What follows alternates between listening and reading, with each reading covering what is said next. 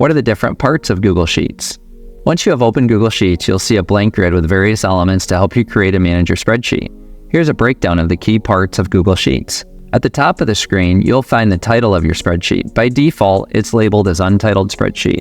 You can click on the title to rename it to something more descriptive.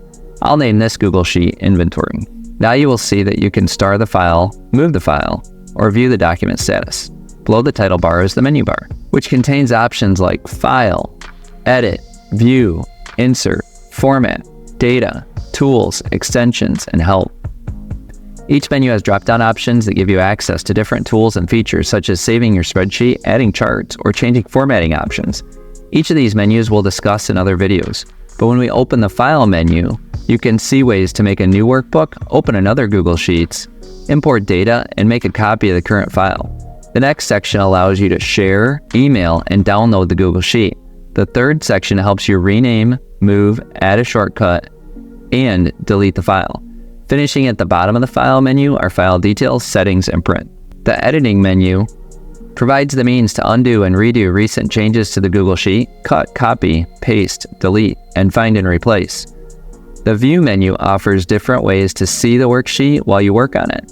The Insert menu allows you to insert cells, rows, columns, and sheets, as well as other sophisticated Google Sheets elements.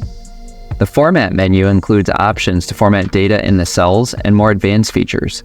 And the Data menu provides more advanced ways to create meaningful information in Google Sheets.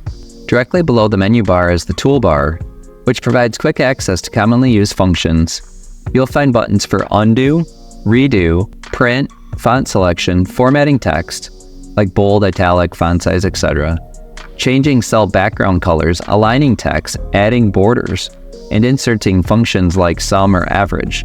The toolbar is a fast way to make changes without navigating through the menus above. Just below the toolbar is the formula bar, where you can see and edit the contents of the currently selected cell.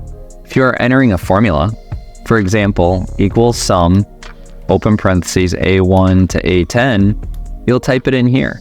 It's useful for reviewing formulas or lengthy text without having to open the cell directly. Next is the grid with columns, rows, and cells. But below the grid are sheet tabs.